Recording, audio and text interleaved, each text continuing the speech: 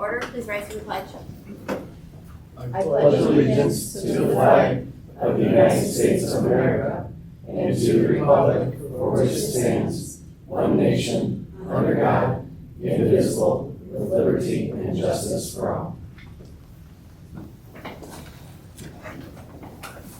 All right, welcome. We have a nice crowd today. It's nice to see. All right, do we have any additions or deletions to the agenda?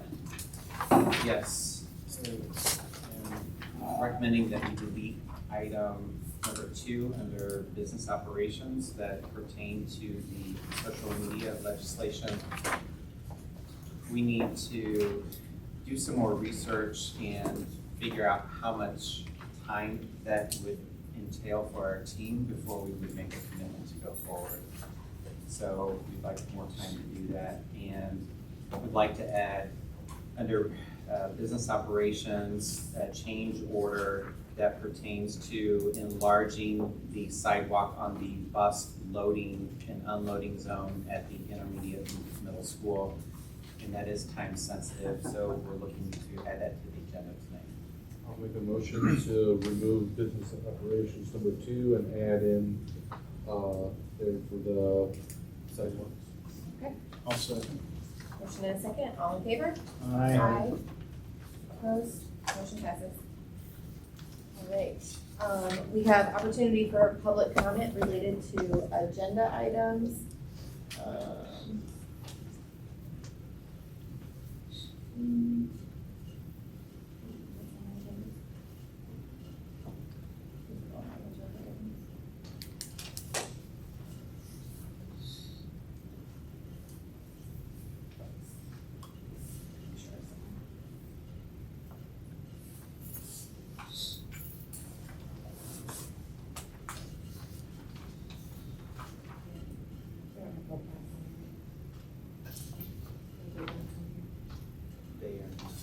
Okay, so the 3 form comments will be at the end of the meeting for non-agenda related items.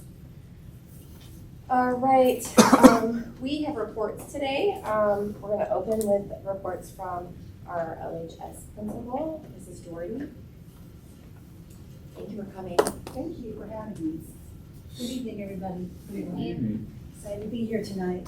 We've had a good start to the school year this year, and I'd like to share with some of you some of those highlights, and also some areas where we realize some areas where we can grow and improve for the future. So I'd like to start off with our student schedules for the year. We started off with nearly all of our students had complete schedules at the beginning of the year without any holes in them or errors. We had a few here and there, but for the most part, most of our students had great schedules to start the school year with. One of our areas of growth is that we would like to get those schedules out earlier next year. One of my goals is to actually revamp our freshman orientation process so that our freshmen will have those schedules ready when orientation time comes around, so that they can go around, see where their lockers are, see where their classes will be, where the teachers will be. So that's an area for growth for us. We do have another area that I'd like to talk about is construction. And I'm sure that you've seen a lot of the construction going around here. We have beautiful facilities. The North Star is amazing, and our sports complex will be amazing. It's coming up there. It's beautiful. It's nice, and the students and the community here will have, great facilities. Of course, some of the hiccups that go along with all construction is one of the examples is we had to figure out some new traffic patterns, and so we worked very hard as a team. We met with Superintendent Anderson, we met with Director of Buildings and Grounds, we met with Corporal Burkus, we met with whole stakeholder groups to talk about how can we keep our students safe and secure, pedestrian traffic safe and secure, and driving traffic safe and secure, but also efficient. And so we have then created that one way through the south parking lot and then kept all student parking on the north side. The idea behind that was to be able to keep half of the traffic on one side and the other half on the other side. So we don't have 600 cars on one side at the beginning of the day and end of the day, but instead to mitigate some of that traffic. And it's been going smoothly so far. We clear out that parking lot within 10 minutes every day after school. And in the beginning, people straggle in at different times. So that's usually not a problem in the beginning. Staffing is another area I'd like to report on. We have all positions filled for classroom roles, and we didn't diminish, I'm very proud of this, we did not diminish any of the academic or athletic programming at LHS. We offer every single class that we've ever had, including all the way up from the advanced placement, the CTE courses, the trades classes that we have, and we've been able to put highly qualified people in all of those positions so that we can provide students of Tri-Creek schools with excellent educational opportunities. So one of our challenges is coming up. We know that there are going to be new diploma requirements, and we've already been meeting starting in September. We're starting a little bit earlier, probably than maybe normal, to start talking about course recommendations and changes. We've been working with Mr. Deal, for example. We're talking about some of those changes that are going to come about. For example, we know that there's going to be a communication, or probably the state hasn't ratified that change yet, but it's probably the second draft seems to be pretty popular right now and getting thumbs up from the 4 core colleges, the state institutions. So we know that we're probably going to add, for example, some kind of a communications-based course, such as like a speech class, which we haven't had before. So that's one area. But we want to make sure that we have the staffing that's highly qualified and appropriate to meet those post-secondary goals for our students. And that's already the incoming class of the freshmen next year that takes place already. So those are conversations that we're having now in the part of work. And the last area that I'd like to report on is professional learning that's happening in our building. We have opened up with a very positive response. Mr. Deal sent out an evaluation tool for our staff to respond to how well that first release date that we've had. And thank you, we're very grateful that the board and Superintendent Anderson have dedicated time for professional learning because it gives our staff an opportunity to be able to develop and grow in their capacity to give all of our students the educational experiences that will propel them and ready them for the next level. So we opened up with positive responses for the PLC trainings that we've started to have. We brought in a consultant named Colleen Bergen, and she's already met with our teachers who are going to be starting our PLC. PLCs, we have 8 teams right now. At LHS, we're going to expand those teams out. It's going to be a 3-year phasing process. And the responses for that have been very positive. One teacher came out while I was doing parking lot duty, and she came out and told me that it was the best PD she'd ever had. So that was really remarkable. And of course, an area for growth is that we want to continue to provide meaningful training and experiences for everybody. So we're getting stakeholder feedback to see what experiences that we can provide. We're working with, we call them Apple Gym. We have a grant that we received from Apple for learning in technology, instructional technology. So we are working with that gentleman as well, and Steve Harker at the high school. So we have a lot going on. I know I spoke quickly. I don't want to take up too much time, but we have a lot of great things going on at LHS, and we're excited for the upcoming year. That was great to hear, and we don't always, we get you guys to come once a year towards the end and give us an update on progress and school improvement plan, and this was great to hear what's happening now at the beginning of the year. So it sounds like things are rolling smoothly and any challenges are being swiftly addressed and worked through. So Absolutely. Awesome, Thank you. All right, elementary principal report, Ms. Cruzen.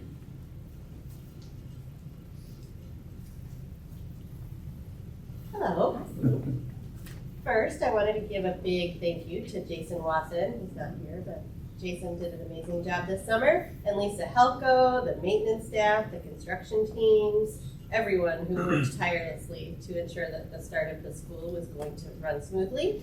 Thank you to Mr. Anderson and the board for all of the planning that went into the new design at the Lowell Intermediate Middle School, LIMS campus. It's amazing, I love it.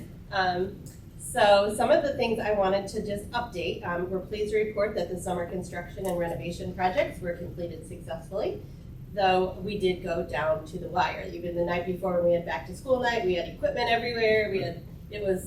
We were a little worried that the next day, but man, they got it done. So it was pretty incredible. And everything was usable, everything was ready for the students on the first day of school. We did have, we do have some last minute things that we're still working on, finishing So, we're getting all that done. But some of the things were updated flooring on the upper level to mitigate sound. We got new ceiling tiles throughout most of our building. They renovated the media center. It looks amazing. Come on over and see it. Even though the board meetings are here, come on over. It just creates a more engaging environment. And then we have a whole new suite of offices to house the new Lowell Middle School office and office staff and administration. So it is pretty incredible. So come on over and check it out. Staffing update. We, I'm really proud of our staff. I've had to hire, I think, 2 teachers since I've been there. This is my 5th year. That's pretty incredible. Like, the turnover is very low. Teachers stay there. They're committed. They work well together. It's an amazing group of people. Just to get to work with them every day is a blessing. But we did have some new NISEC staff members. We opened a new life skills room, so that's fully staffed, which is pretty incredible. We also hired a new LRE teacher for our math department. He came to us from Maryville, and so his name's Travis Molina. He's pretty cool. His wife works at the high school, I believe, right? I believe that's true. I think so. His mother-in-law works at the high school. She's an aide here, and his wife works at our school with one of our students. She's an aide. That's right. So that's pretty good that we have people from Lowell that want to be here. He came back here from working in Maryville, so I thought that was great. Back to school night went well. It was the night before school started. Students were able to find their classes, meet their teachers, find their lockers. Most of our students were at our school last year because we didn't have any new grades because 6th grade were there. They were there last year, so we have about 32 new students this year. So we had a nice new student meeting and orientation and got them up to date on the expectations of our students. So that was great. So one of the things we're most proud of is the work on the master schedule. It really is a piece of art that Carrie Wearsby, our school counselor, can make it work with the Lowell High School schedules. We have some teachers that teach at the high school and at our building. We share some staff. And we also share some staff with the Lowell Intermediate School. So the fact that she was able to work it out that, they all have full schedules. Our bell schedules aren't the same for any of those schools, so that we don't have conflicting passing periods. Their passing periods are at different times with the intermediate school students. The lunches are at different times. It just worked out really, really well. But that's really a testament to Carrie Wearsby's work. She and Gina and I worked really hard to get that done. So that was pretty awesome.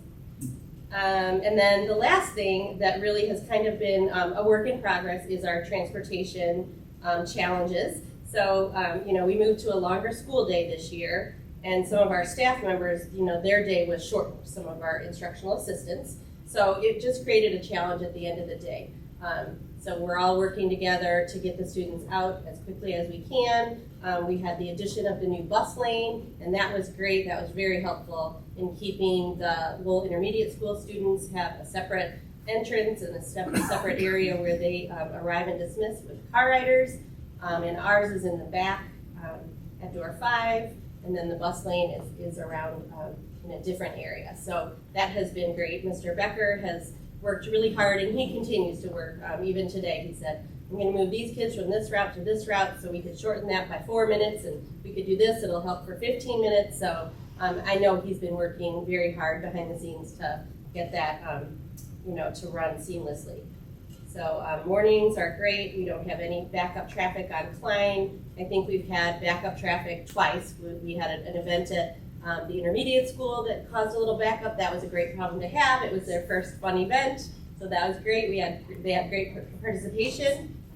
And then on Fridays before breaks, we have a lot more kids that are car riders. So that day was just a little bit of backup. It was like 1 minute.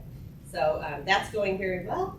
So overall, it's been a great beginning. We are loving having our 5th and 6th grade students there. The staff, we're very happy to welcome them all to our building.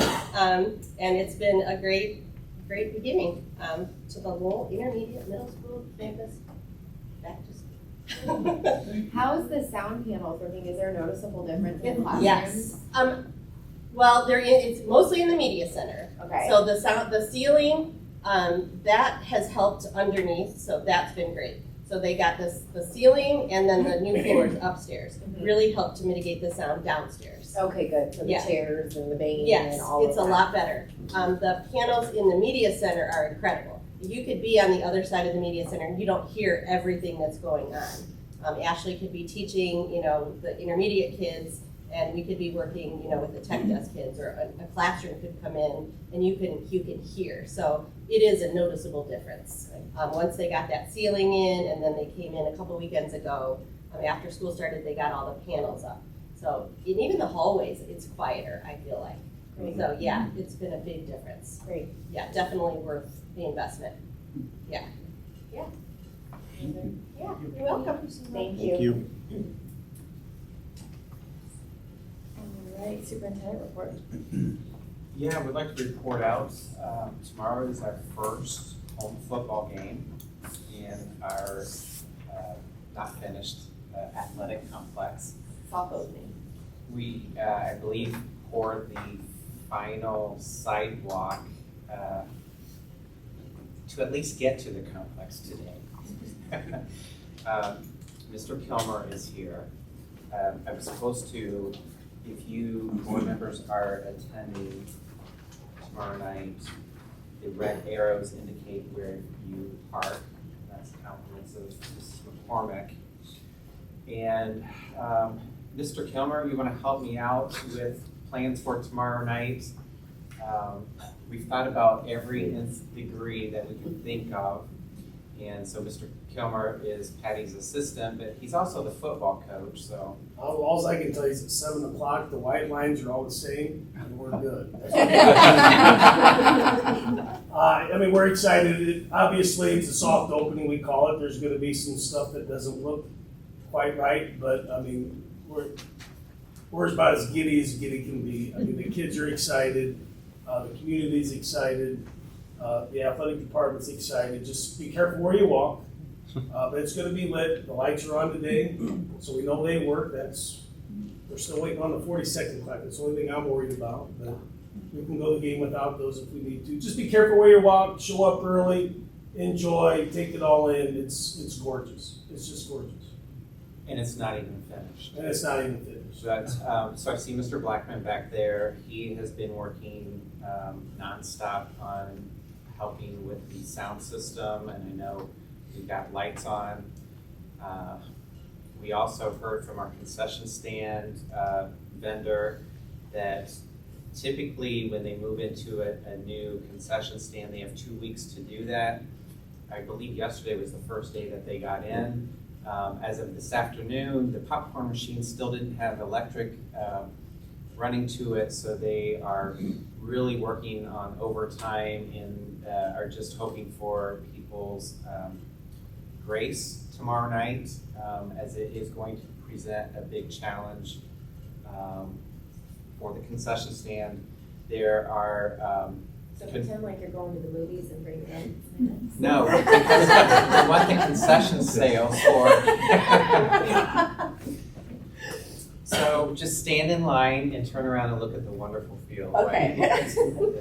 We were responsive, or not, actually Spillman was responsive to the board's sentiment for additional porta potties and hand washing stations on the visitor side. So in addition to what we already have at the community, we call it the community building. There's construction fencing going on to help keep people in the places they need to be.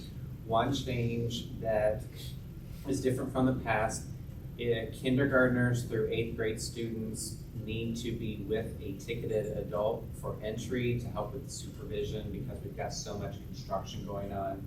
We need at least one adult who is designated and responsible for those kids that come in with them. We're going to win this game tomorrow night. We're gonna play our best. We're gonna cheer on the band. We're gonna cheer on the band, and we got It's new gonna be a great grandstands. community. It's Pop Warner night, so We've got all the parking available. We've opened up the middle of the building, and Ms. Doherty and her team have allowed for public to access through the building, so they're not walking out on Holtz Road in the dark. And I would say Patty, Keith, and a lot of people have had probably 2-hour meetings at least to try to think of everything for tomorrow night to be successful. We even have Skillman representatives to help with crowd and construction, and they know the areas to look out for, so Skillman's even got people coming to help tomorrow. Chris Cooney? Yes. And Scott, and Scott Jr. You know, the driveway to the north parking lot is still gravel. We've tried to do our best with temporary signage. Jason and his crew were out today putting down the temporary arrow markings on the non-finished parking lots. So just allow plenty of time to get there, be patient, and just enjoy the evening. While Mr. Kilmer is here, there's an agenda item that's later on the agenda related to huddle. And it is a significant item for the athletic department. And Mr. Kilmer, I'm hoping that you can give us a brief overview of what the huddle system is and why it is so critical and why we've made the recommendation for the huddle. Because I know you need to get back outside, so. I'm going home. I got a game to win. The superintendent just said I had to win. Right. Some of you may or may not know, Huddle is a online video storage. You're able to watch video. That's how we trade film with our other schools.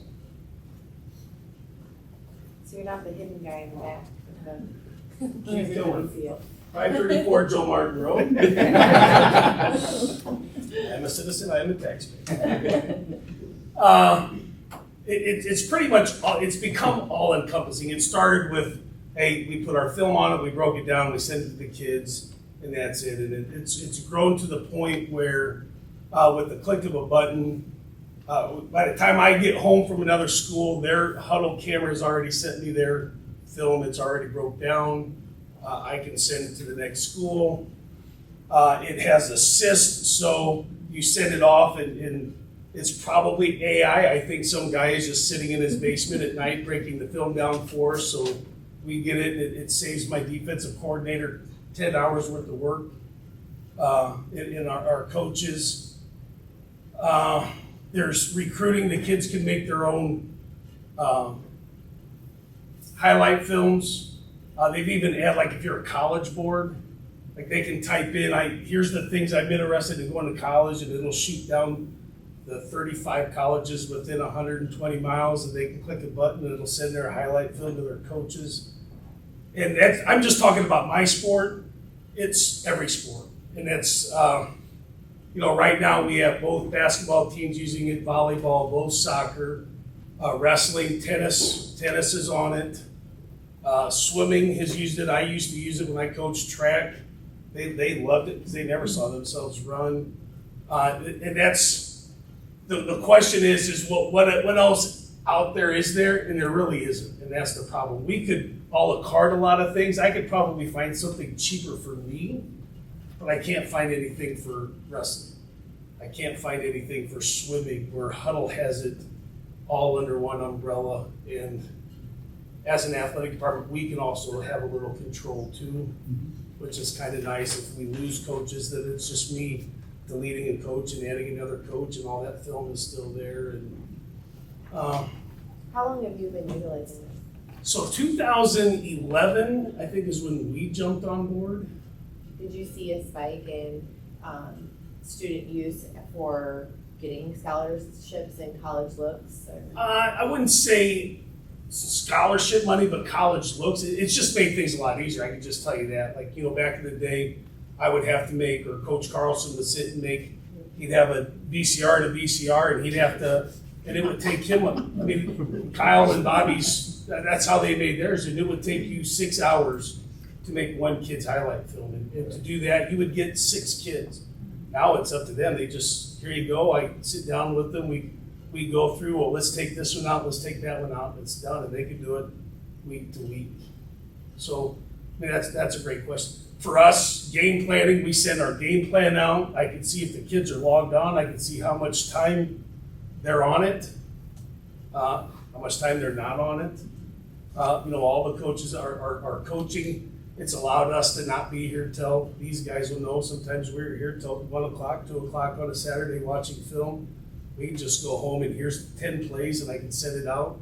Good, bad, and ugly, we'll make it, and we can write notes. And that's just, I mean, that's every sport. That's just not mine. The assist, baseball and softball have assists, so they can send their film out and get it broke down. And a big part of this new package and why it's probably gone up in prices, we're going to add cameras to the baseball and softball fields. We're going to add a camera to the soccer field. We have a camera on our field and a camera inside. And we're going to buy a flex camera that we can take wherever we want. And if we have a softball tournament and we need a camera for the JV field, then we'll have this flex camera that we can use. There's a whole streaming option that we'll be able to get into and set up a Lowell Red Devil TV station. I say can, give us some time. It's something that we're going to have to figure out, but there's all kinds of positives to it. It's not cheap, but I can guarantee we're getting our money's worth. The other layer to this is, I believe Patty said 95% of all the other high schools in the state are on this. So, for example, when we go to Fort and we play a game, they use Huddle. He's got all the film by the time they pull in the bowl. Well, actually, on the way home. Yeah, it's On the bus, he can pull, watch start the pulling film right away. It's they've got the monopoly, I guess. Mhm. But one thing, our increase in price really isn't. Huddle hasn't raised their prices. We're adding the cameras and some of the technology because we've increased our facilities and think those kids need them. So I guess that's one positive. Huddle isn't. They could say, hey, listen, we got the market. 98% of all Indiana high schools use this, and we're going to raise the price they have it. So we did look at other options, and one thing that I think Mr. Kilmer indicated, an unnamed school had ordered a different product and got it and wrapped it back up and sent it back. With the cameras, there was another, and I looked for it, and I couldn't. The business is out of business. I couldn't even find it. They had a package with the IHSA TV, and they got the camera for free. It was great. Well, they sent it back, and I looked for that company, and I couldn't even find it online. So we always ask the question, if we don't move forward with this, then what's the impact? Well, if we don't approve it today, Huddle gets shut off tomorrow. If that's what you really want to know, and that puts me in quite the bind because my nephew's getting married this Saturday, and I might not be able to go. But that's a whole nother. We would have to find something else, and it would put us behind. Not just us, but every program. I keep talking about me, but it's every program that's using this, and we're trying to get.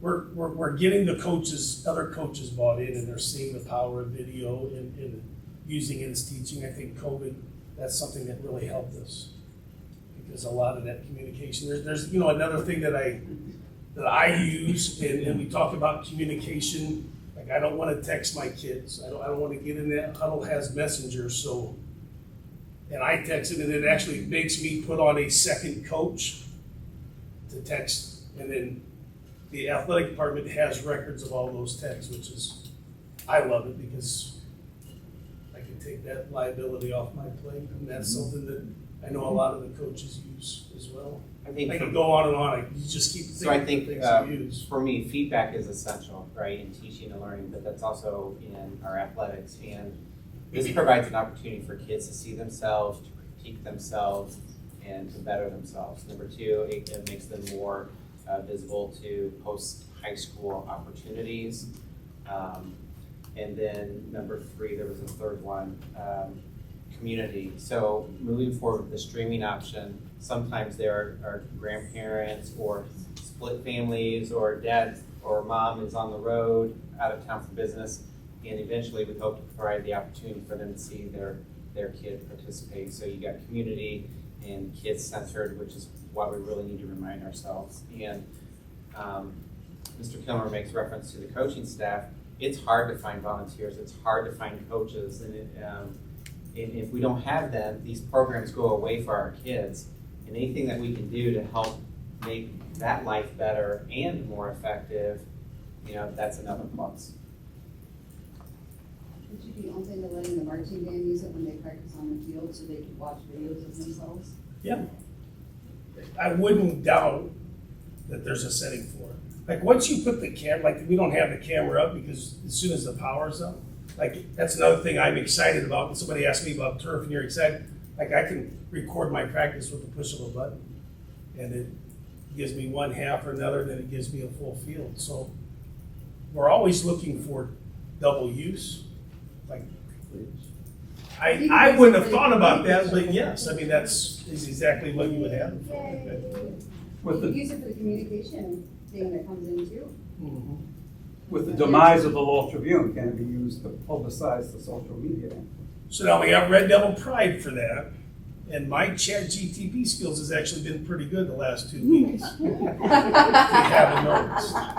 Is that where that came from? You don't think I wrote it myself? I was a math teacher. Was a math teacher.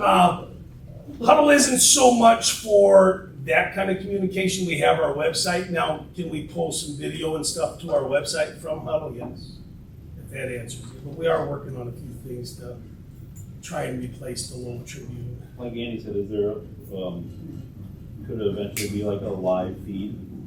That is 100% the goal.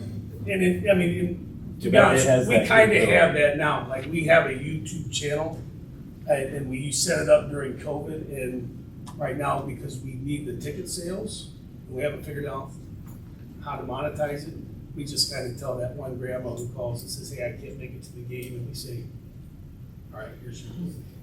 If that makes any Are sense. these all stationary cameras, or I thought Jess was telling me it's on like So we're going to get one flex that can be moved around, but all the rest will be fixed at each stadium. So it'll be one inside and 4 outside with one flex that we can move around and use it away games. That's good. What do you say if they have it, if another school has it, and they can just get If that? another school had, I mean, that's then like, And then you can just go on and get rid of that. nobody ever told Josh Blank. I hope he's not at home watching this, because he's my film guy, and I don't want him to know, because we still need his company. Well, I was definitely curious to hear all of these questions answered when I saw this on the agenda. So thank you for making the time to come and explaining it to us. It sounds like it's great for our students and our staff. And for the record, we value you and your team, whether it's win or lose, That's our little but thing. definitely play your best. That's our goal. I tell you everything. And to add to the band, at the parade, there were so many comments around where I was about how great the band sounded. So share that with the team. I definitely will. They're out practicing on the field right now. So. Great. Excellent. That's all I have. All right. Board member reports? Yeah, as usual. NICEAG board was last night. We have the regular agenda items. They are facing financial crisis. I'll talk about that in a second, but in a resolve to offset some of the costs, they had 3 fundraisers that they're doing to afford certain things in the school. I mentioned financial crisis, and more money is going to be required from the school districts as a result of Maryville pulling out and additional non-residential students coming to them for services and open enrollment where they just take kids in. So the expenses have increased, and there's going to be more of a burden on each of the, I believe, 6 school districts now. And then as a result of trying to contain the amount of expenditures that they're spending, teachers are leaving and they're not replacing them. They're assigning the current teachers to assume additional duties, but they're paying them stipends, small amounts compared to what a teacher would cost, but certainly enough to encourage teachers that are there to assume additional responsibilities. So those are concerns that we're facing, and Superintendent Anderson is going to have to make some adjustments accordingly. And that's it. We just get through all the staffing struggles and now we move into. Yeah, the staffing at our schools are resolved. I mean, we had a lot of people leave, but we've got replacements for them. Any other board member with us? Okay, moving on, it is now the opening of the public hearing to receive comments from community members regarding teacher compensation related to collective bargaining. So I'm going to open that and hand it over to Dana. So this public hearing is required by Indiana Code to kick off the bargaining season. Yay! Bargaining can't start before September 15th, and we need to have a public hearing on the current contract that we have in place that ended June 30th, and get some public feedback on our current contract in order to move forward. So I will go over highlights of the terms of the current contract, and then we will open it up because by code it's required to ask if there's any public comment on that, and you will take public comment at that point. So our current contract that ended June 30th, 2024 has a starting base pay rate for a teacher at $48,000 and a top pay rate of $85,440. We have what's known as a salary schedule, which means there are rows and there are columns in our current contract for different types of compensation. An increase is defined right now in our contract as $1,440. So that would be to increase, let's say, if you got highly effective or effective on your evaluation, then you would get $1,440 added to your base pay wherever you are on that salary schedule.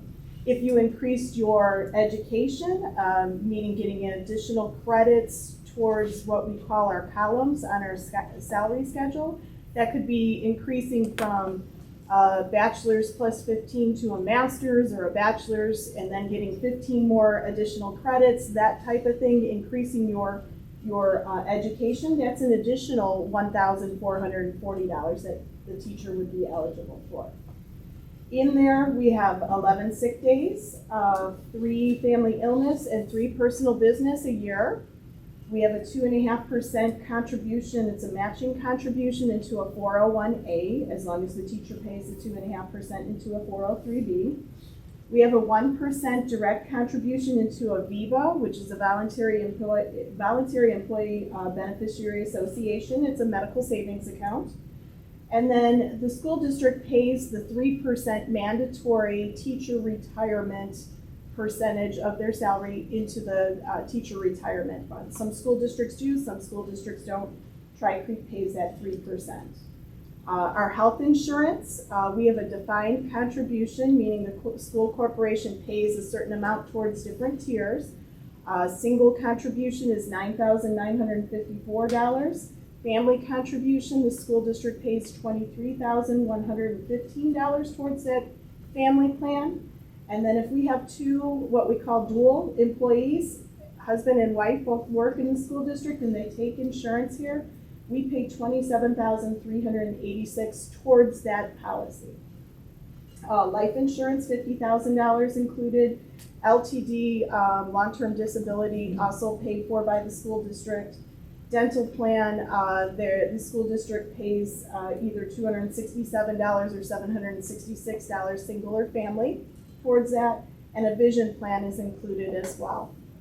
We have a tuition reimbursement plan here as well, which is not always seen in contracts, and I'm very proud of that we allocate $10,000 a year towards our teachers furthering their education.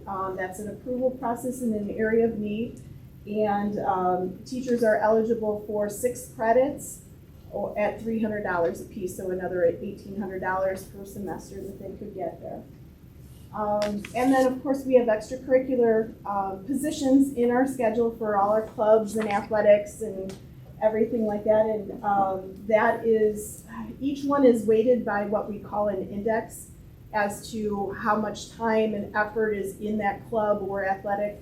And that index is applied to 44,000 on that. So the index goes against 44,000 even though our base pay is 48,000. Typically it matches the base pay. That is pretty much the high-level overview of our current compensation package. Anything to add there, ladies? We have our representatives from the union here, Michelle Klein and Bridget Swinford. And at this point, we can open it up for public comment. If there's anyone that would like to speak on the current contract, we will take your testimony now. Anyone want to speak? Going once? Teachers get paid more in general. Yes. Agreed. Not Going- just this one, all teachers. Yes. Anyone else going twice? I always count on you to say something. Dennis, but going 3 times. Anyone else? Okay, at this point, then I guess we can close the public hearing. The public hearing is now closed. Okay, moving on to regular business consent items.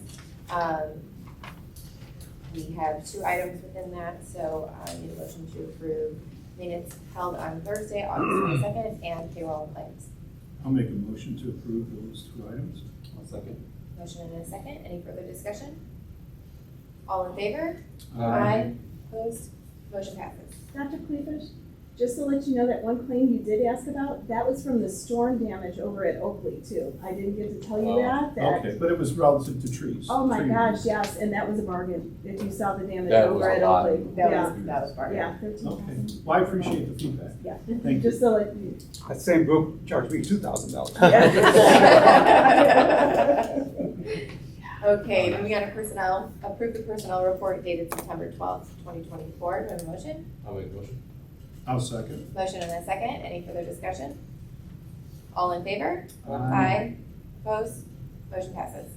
Number 2, approve the recommendation to increase the hourly rate of pay for Gordon St. Martin to $25.16 per hour based on his years of experience driving the school bus. Do I have a motion? I'll make a motion to approve the recommendation of salary increase.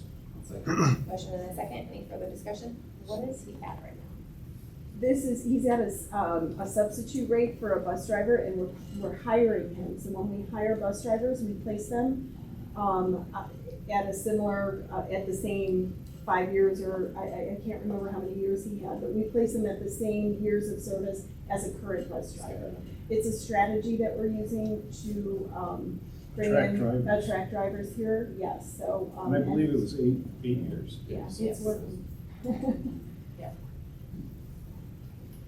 Any other questions? Oh, okay. No. Okay. I have a terrible headache. I'm sorry. All right, all in favor to approve the recommendation to increase? Opposed? Motion passes. Curriculum and instruction and assessment, approve the certified employee evaluation plan for 2024-25. Do you have a motion? I'll make a motion to approve the certified employee evaluation plan. I'll second. Motion and a second. Any further discussion? All in favor? Aye. Opposed? Motion passes. Number 2, curriculum report. Good evening, everyone. I just wanted to share a little bit about some of the programs that are supported through our federal grants and offer a little bit more in-depth feedback from the early release day since it was our first one of the school year. At any point, feel free to interview and ask questions if you have them. So the first one that we want to talk a little bit about is our reading and math intervention programs, primarily funded out of Title I. We have 3 title-funded schools in our district: Oak Hill Elementary School, Three Creeks Elementary School, and Lowell Middle School. You'll notice that Lake Prairie is not up there. They have not been a title-funded school for a number of years now. The reason being is when you have multiple schools within that band, of that grade level band, if they do not exceed your district average for free and reduced population, thank you, they do not qualify. They get 1 year of grandfathered in, and if they do not surpass that margin, they do not qualify. So that was not by choice. That is by them having a lower free and reduced population at Lake Prairie Elementary School. We added Lowell Middle School for the first time last year. One thing that we have coming up that we're excited about is we do host 2 annual family nights. It's a requirement for any school that has federal grant funding for Title I. So our family night will be on October 15th at 5 p.m. in the Lowell Intermediate Middle School cafeteria. This one, the primary audience is very much the adults. We talk about the Title I compliance information. That includes how are students identified, what services are provided to students when they are identified, and what processes in place for exit procedures within Title I. So we really want to make sure, because they've been invited, they know why their students have been provided these reading and/or math interventions. In addition to that, we take the opportunity to talk about a standards-based report card and why we're monitoring and looking at achievement and growth with specific skills over time for our K-4 learners. And when it comes to our secondary group, the different learner outcomes that impact and influence the report card that they get at those grade levels. Anytime we have a parent audience, it's important for us to talk about the way in which we can provide feedback so that it's more communicative and rather than just a piece of paper that comes home once a quarter. We'll also review the major assessments that are provided to help inform placement. So looking at NWEA, which is given 3 times a year, IREAD 3, which is given to second and third graders, our iLearn assessment for grade 3 through 8 students, and the PSAT 8-9, which is given to our 7th and 8th grade students. At that point, I kind of transition to the Title I teachers who are funded by the grant, and they will talk about what does it look like in the day-to-day for curriculum instruction in their classrooms. So they kind of take the lead there. And my favorite part of the night is speaking directly to those parents, like what can you do as a family member above and beyond outside of the school day to build upon the skills that we're offering intervention supports for. So in that case, we oftentimes give them manipulatives, decks of cards, things that they can do at home that are funded by the grant, but then also build some instruction around them. So it's like when you go home, you can develop this skill by doing this at your dining room table. And they get that support so we can continue learning outside of the school day as well. So that's the first one. There will be a spring one as well. Spring is a time where we celebrate the growth that has happened in the program, and we do a lot more to talk about the summer slide. What can these happen? We bring in the Lowell Public Library. We talk about the summer reading program. So it's really about the transition from the end of one year to the next school year. So that'll happen on October 15th. Is this something you've been doing for a number of years? Yes. We've always had one. We always did it in the spring. Probably right after COVID, we started doing 2 a year in the fall and the spring. Great. Another federally grant-funded program is for our English language learners, funded out of Title III. Currently in our district, we have 44 identified students who are receiving services. 20 of those students are K through 4, 24 of them are 5 through 12. Of note there, we do either RETA assessment every single winter for students who are identified on a 6-point scale. Students who are in the 1 through 4.9 range qualify for services. Once you get to the 5 and above, you are monitored for a series of years. What's really important is that based on last year's performance or students who are new to the district this year, just enrolled, who take a screener within the first days of the year, we have 8 students this year coming in at a level 1 with very, very low English language proficiency. That's the highest we've been since I've been in this role. And it's not just students coming in speaking Spanish. We are starting to get more diversity in terms of the languages, Taiwanese, that they're coming in learning. So it's presenting challenges in a great way for our community. But obviously with the staff that we have here, a new level of expectation, training, and support to make sure that some of those students who are at a very low level compared to what we're used to get the support that they're needed as they develop language acquisition. There's a new opportunity presented by the department that was passed last spring and formalized in the summer, which was some exit qualifications. Oftentimes you will see English language learners kind of plateau in the 4 range on the WIDA assessment, like in that 4.5, 4.8, and they just can't get to that 5, even though they are functioning very, very well. There is an opportunity for those students to exit the program to free up their schedule a little bit if you have additional data, assessment data, both local and state, that goes along to validate that they would be successful. It has to come down to a committee decision, which involves myself, the building principal, the English language learner, teacher of record, and classroom teachers. If that committee agrees that it is in the best interest of the student based on the data and observation to exit, they can exit the program. They're still monitored, but they don't have to be in that class for either push-in or pull-out services. We've had 3 of those meetings this year so far, and they've gone really, really well. Great conversations with the parents. Finally, we have a family night both in the fall and the spring for our English language learners as well. The reason we have a late TBD date there is that one of the most important things that we want to do, given the level 1 student need there, is that many of their parents are also not fluent in English. So we are getting some professional development around technology tools that can help with translation. That's coming at the beginning of October. So we want to make sure we have time to understand those tools on the devices, the kids that they are taking home, and choose a date in late October where we're comfortable to deliver essentially like professional development to families of like, every night your child comes home with a device. Here are ways in which you can use that to translate both what you see on the screen, but also speaking as well. We want to make sure it goes really smoothly, so we give ourselves a little extra time in October to choose that date so we're confident in the way that we deliver that. We also go through our reader results from the last school year to talk about the achievement and growth of the students. We talk about what push-in, pull-out, and monitoring services are provided. We've spoken to the communication tools. Lowell Public Library will be there. There are a wealth of translation services for free if you just have a Lowell Public Library card, which is free, and many of our families don't. So they will be there helping to get these families their Lowell Public Library card so they can access all of the online resources and courses to learn English as well. The Rosetta Stone is completely free when you have a Lowell Public Library card. So they'll be a guest there. Same thing as Title I. We also provide resources to say, what are the types of things you can do? Think of language acquisition games like Scrabble, like Boggle. We've often sent those home, purchasing with our grant funds so that they can play those language acquisition games as a family at home. Seems like that's a growing need in our community now, and it seems like the services that we're offering, the creative ways that we're thinking is also growing with it. Yeah.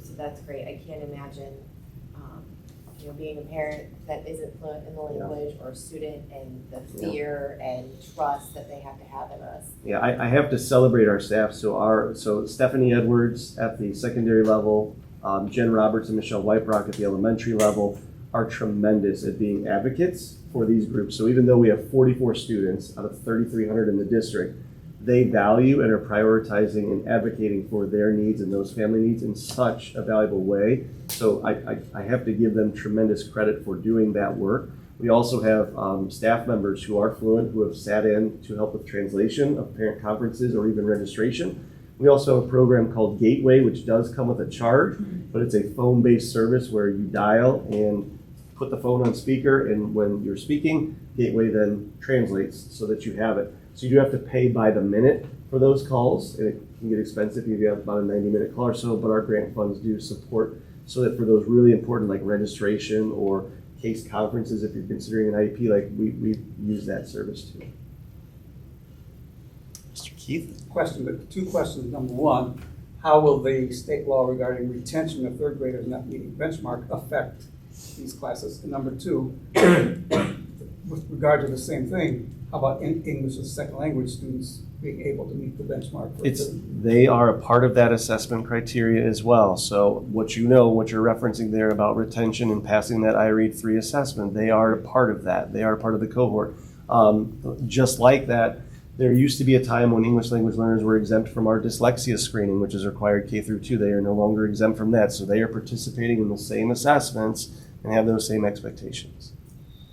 There are conversations in the legislative circles to potentially provide a waiver for those students, but not yet. The next federal program is our High Ability program, obviously funded by High Ability grant funds. Something I'm really excited about is early on when I began this role, we did a High Ability program review locally to kind of bring about alignment in the areas that you see up there. It's been quite a few years since we've done that, and I feel that we've kind of plateaued and even regressed a little bit with some of the products that we were tried and true that are no longer available to us. So I wanted to bring in some of the best. So Ball State University has a gifted and talented program with a couple of university professors who are currently still teaching, but also are the primary consultants for the state of Indiana for best practices in gifted education.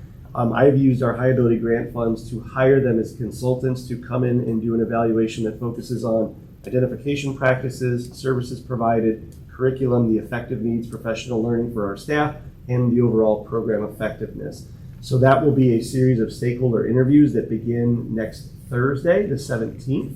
So they will actually be going into classrooms, talking to kids, talking to teachers, talking to administrators, looking at our high ability program guide, looking at our high ability data, and collecting that to ultimately make recommendations in those buckets that you see there, both for the short term and the long term. So we will be doing things this year immediately to address needs, because quite honestly, you have a brand new school in the Lowell Intermediate School. With our cluster model, many of those staff members did not previously have high ability training. So making that a priority to differentiate instruction for those teachers who are now serving HA kids that had not in the past is a priority, and that will happen this year.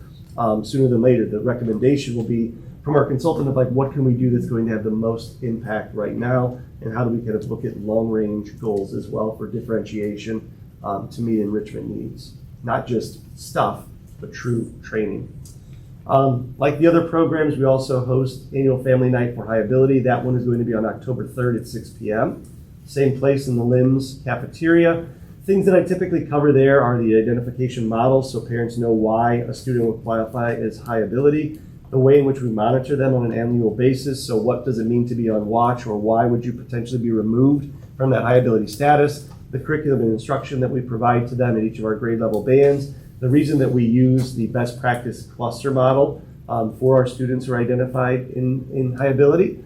And then even when we start to get to the secondary level, what are the course offerings and placement opportunities that are available in terms of honors courses, AP courses, dual credit courses, because as they get older and you start to shift away from the cluster model, it very much becomes about how the curriculum itself provides those enrichment opportunities. Some of them prescribed, like you would get from the College Board and AP, and universities giving the dual credit accreditation. Others in our honors courses that offer that additional complexity and reach that a non-honors course would offer.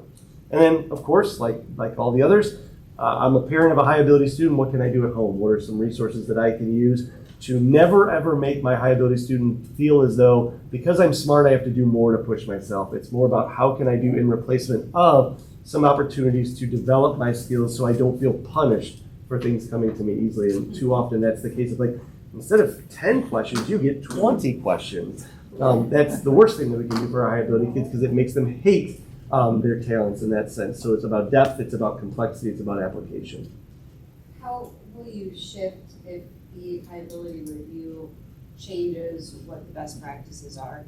So that, I mean, we'll determine like what can we impact immediately. And if we say that there are things that we want to change in terms of the way that they're placed and grouped for the upcoming school year, that would be something we could do for 25-26. So she'll give both of those recommendations, things that can be impactful this year, things that can be impactful in future years. Do you have supports in place for gifted kids that get burnt out from and put so much pressure on themselves to say, I'm still good enough? Yeah. And that's that, quite honestly, the affective needs component of high ability program is new. That didn't used to be one of our things, but the requirement of training for your counselors for social emotional learning, because there is an immense amount of pressure that high ability students put on themselves to be perfect and to get it right, and to know that like it's okay to fail at times and to have challenges. So like that component there is an area of need for us, because while our counselors have had training in it, we can always do more when it comes to that, because it is kind of a new approach. We always thought about it happening academically in the classroom and not socially in potentially the counseling office. It also comes out physically too. Sure, absolutely. I got ulcers trying to keep up with everything, so. Absolutely. It's good times. Yeah. Are the family nights open only for the parents of those children? They really aren't. We don't check your ID at the door. The invitation does go specific. We do really target some emails to those families to make sure that they know. But yeah, anybody is open and welcome to attend. Okay, last thing. We had the professional learning day on that 2-hour early release on Wednesday. A part of our guiding principles are continuous improvement. So doing this for the first time, the principals were very intentional in creating agendas and activities with aligned outcomes that would hopefully bring value added to the staff members that were there. So we provided this survey to them with a series of questions to kind of see if we were hitting the mark, knowing that continuous improvement is something that we strive for. So the first question was the desired outcomes were clearly articulated to the participants. You can see about 83% of our staff gave it either a 4 or 5, with just low numbers here at the 3 and below. Connected to that, the activities, so the PD itself, the work sessions, collaboration, actually aligned with those desired outcomes as identified. You can see there the 4s and 5s, again, very high numbers from those that completed the survey. The outcomes as designed were relevant to my instructional role within the school. That's important, right? We don't want to have staff members sitting in there and saying, like, this has nothing to do with me. You can see we start to get some 3s and 2s and even a 1 in there. This is the one where we really want to continue saying that there is differentiation in the PD so that no matter what class you teach or what grade level, it matters. And this is my favorite question, and it's where I think we have the most room to grow, which is the opportunities, activities enhance my professional growth as an educator. So do you truly feel that you are better equipped, prepared, or you've grown as a result of what you did? So love the 4s and 5s we see here, but you obviously see more 1s, 2s, and 3s than any other question, which means we continue to make sure that these things are relevant to everybody, and it's not just like, oh, that was nice to know, but they walk away saying, I gained something. I want the parking lot conversation. And as Doherty said there about, like, that was the best PD I had and I'm better because of it. We want to see all 4s and 5s as we continue to plan for these early release days. In addition to this, they did have the opportunity to write comments on there. So there were a lot of comments that accompanied it that all of the building administrators have and can look at. So as we're looking forward to our October 2nd early release, which is actually a half day, taking that into consideration as we make revisions and or plan for that half day. And that is all I have. Thank you. Thank you. That was great. Really informative. All right, business operations. Number 1, approve the teacher appreciation grant policy. Do I have a motion? I'll make a motion to approve the teacher appreciation grant. I'll second. Motion and a second. Any further discussion? All in favor? Aye. Opposed? Motion passes. Number 3, approve the overnight athletic trip for Lowell High School girls basketball varsity team to participate in the Lebanon basketball tournament at Lebanon High School from December 26th through the 27th, 2024. Do you have a motion? I'll make a motion. I have a motion, a second. Any further discussion? All in favor? Aye. Opposed? Motion passes. Number 4, approve the voluntary extended out-of-country EF Tours trip to Peru, spring break 2026. Tentative dates March 21st through 29th for Lowell High School students who are taking Spanish classes. Do I have a motion? I'll make the motion. I'll second. Motion in a couple seconds. Any further discussion? All in favor? Aye. Opposed? Motion passes. Number 5, approve the agreement with Huddle, which is a video analysis and coaching platform that helps athletes, coaches, and teams improve their performance, as we've heard about from Coach Gilmer. Do I have a motion? I'll make the motion.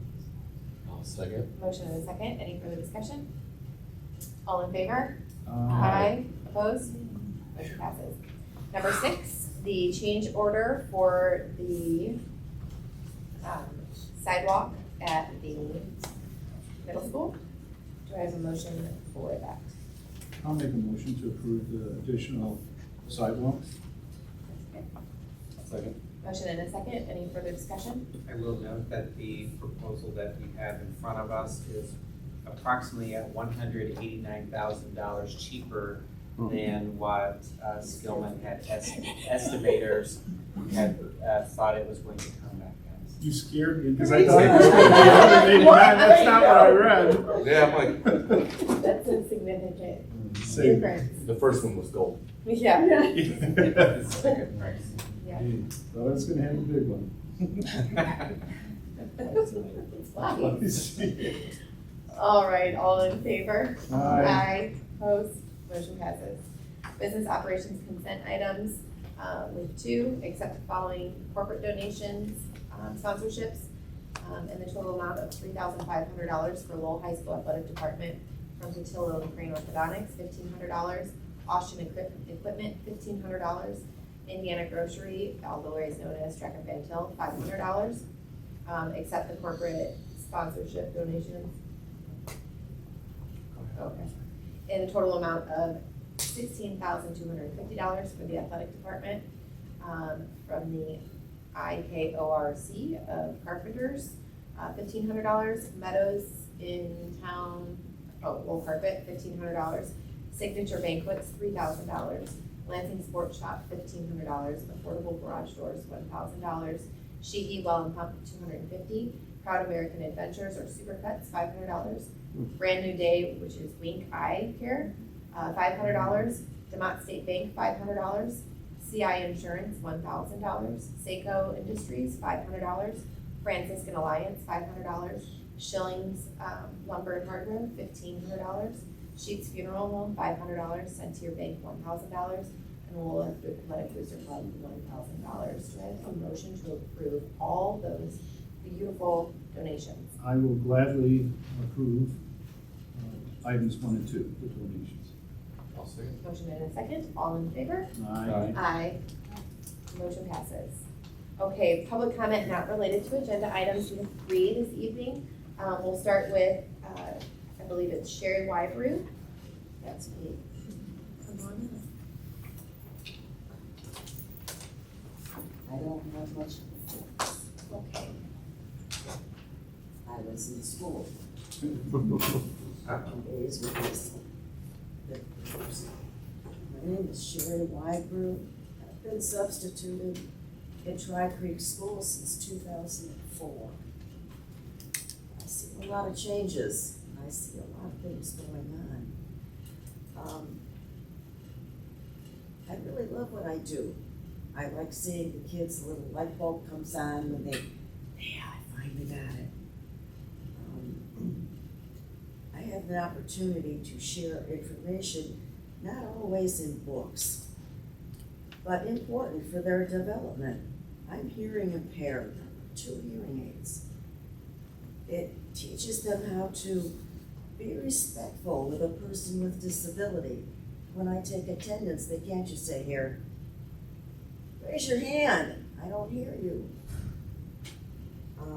We have some excellent people in our school that are substituting. Needs to keep them. One of the things is you need to increase the pay. Substitutes are currently on a schedule that has some half days in it. I don't think that's a very good thing for the substitute. You get dressed, ready to go to work, and you're only gonna get half a day. When I get dressed and go to all that effort and get to school, I wanted a full day.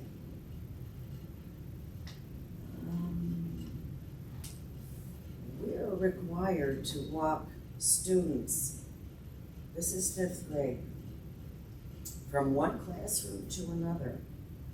This leaves my current room unsupervised.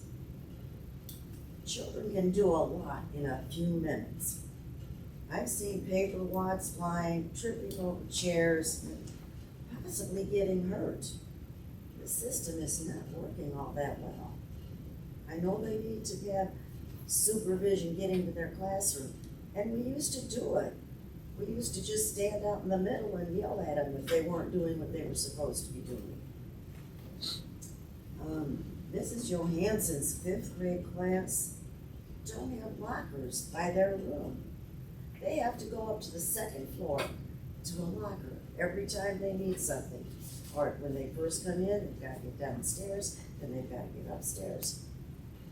That system of lockers for that classroom is not what it really needs to be.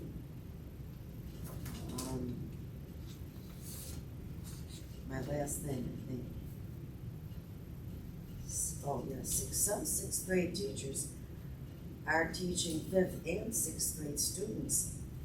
You know, they really need to be working in their own grade level, because that kind of changes away from, in my opinion, of what they really want to be doing with their specific age group. And that's about it. Thank you for your feedback. Thank you. Okay, Mr. Cook? Well, thank you. 2 things, maybe 3. Yeah, you know how that goes. At the end of the meeting last time, you were going to have a budget meeting on the construction. Do you remember? You were meeting, I asked about how the budget was going for the new construction projects. Oh, You we said- met with our Skillman You rep. said tomorrow we're having a meeting. Yes, And I was curious, still curious, are we on budget? we are on budget. Are we saving money? We always look for how to save money in order to remain on budget. So that was where we're specifically looking at natatorium and where our leftovers are sitting for natatorium. And we are in good shape for that project too. So the next big hurdle, so to speak, is bids for the natatorium, and when those bids come back, we'll really know where we are with the budget, but right now it is a question mark. It's amazing to me with the way prices have escalated, that the budgets have held, but we're on track. That's great. Thank It's you. in a tribute to Skillman's work, and they've done a very good job of setting that expectation and bar a little bit high with the numbers, and isn't that always nicer when they come back and they're like, well, you have some extra money if you want to upgrade.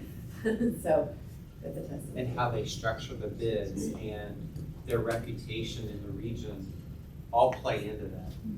We've been using them for years, well before I even got here. You've got a great reputation. Absolutely. And value engineering with Gibraltar and how the 2 companies talk to each other, and they talk about cost savings constantly. And they keep us informed of what's going on. If there's any concerns, we know about it before it actually applies. So that's terrific. Good partner. Yes, very good. Very, very successful project. Yes. The $176,000 that was approved to pave the south parking lot. Where did that money come from? It's part of the overall project. It's part of the overall bonding issue. So it was in there. It was in It was in Yeah. there. It was part of the little extra budget that's for side things that we knew, that things come up in the construction process and you need to have a contingency budget.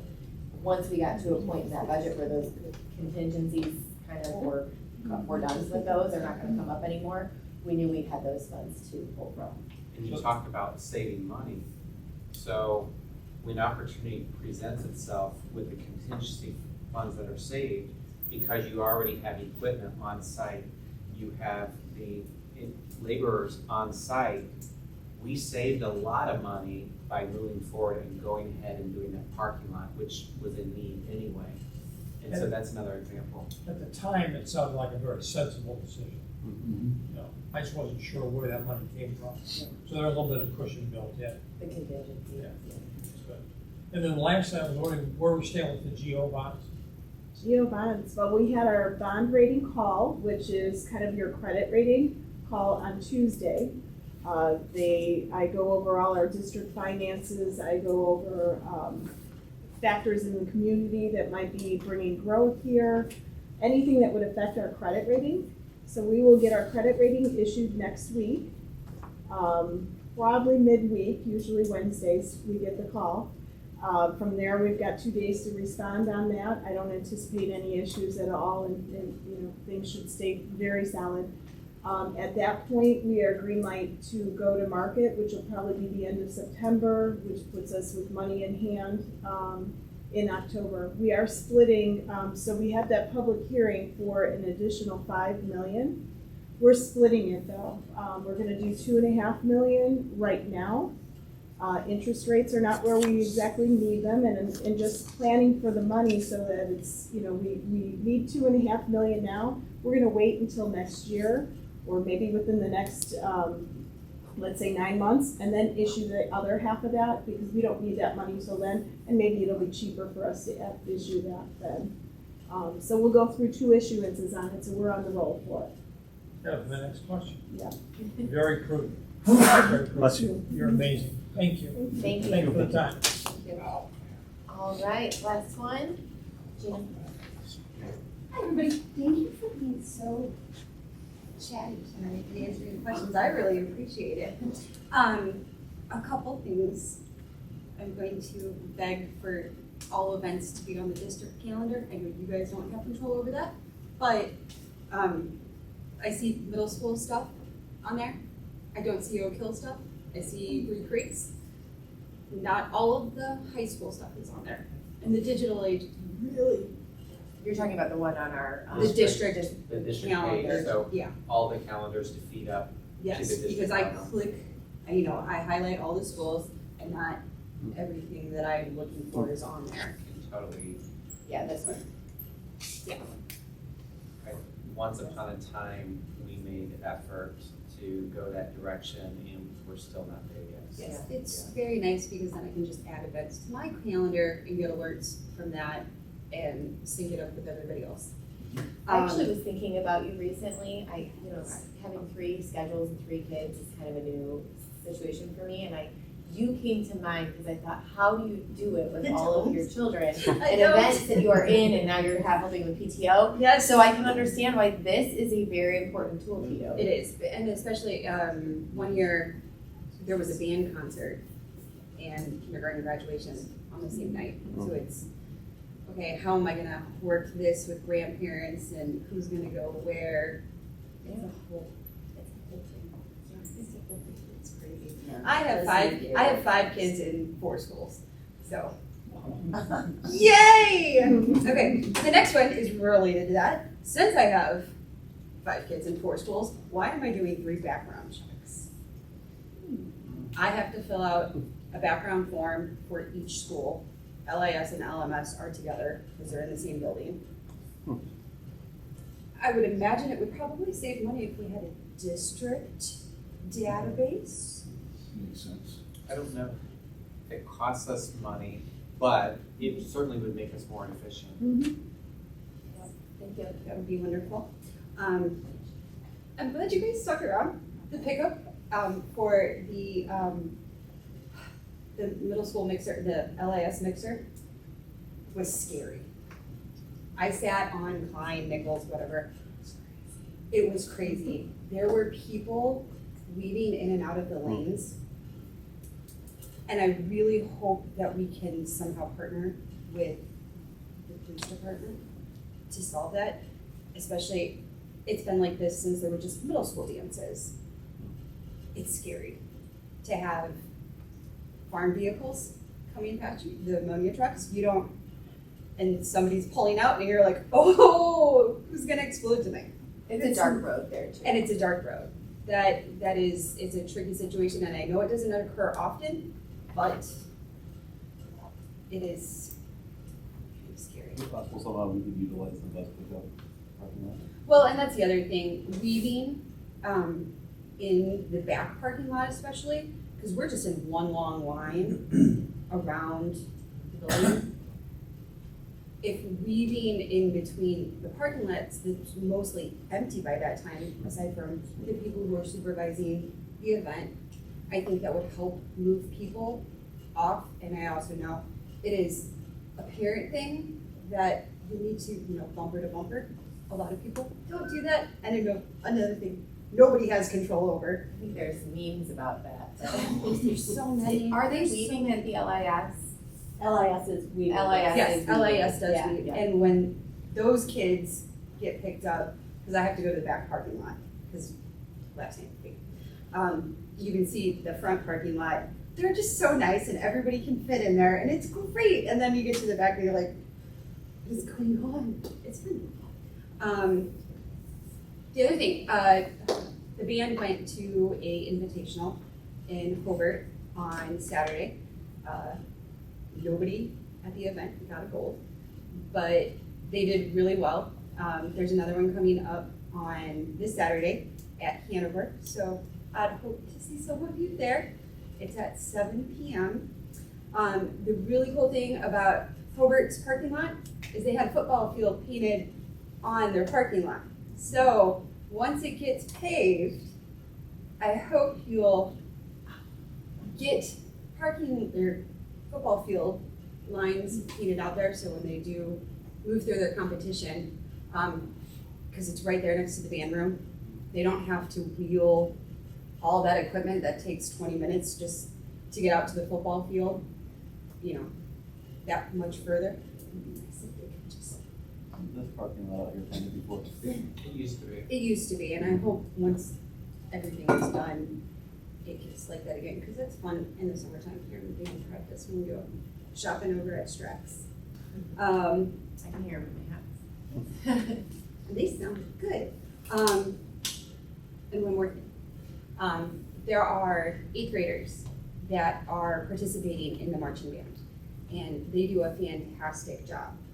And I hope that they'll get shouted out, just like the athletes do, because those kids, they work so hard. This summer, they are just a hot, sweaty mess, and they had a great time at their band camp, and they really came together. At Hobart's Invitational, they were the only marching band in the area that came out with the props ready to go to bring them out onto the field. So, yeah. Watching during halftime is amazing. They get to come in as high schoolers and have all this street cred. Yep. Yep. Thank you. Thank you. Okay. I think that does it for this meeting tonight. Go ahead. Esta noche tenemos una maestra de español aquí a contestar unas preguntas del viejo a Peru. Tonight we have Mrs. Carranza here. She was on standby if there were any questions about our trip to Peru. And so I just want to thank her for coming out tonight and being on standby for that. So if anybody has any questions after the meeting, she is here. Thank you. If you're looking for volunteers, I'll help. What a talent you have there. Thanks to Spanish teachers. Okay, so our next meeting is scheduled for Thursday, September 26, 2024. Thank you all for coming, and this meeting is adjourned. Awfully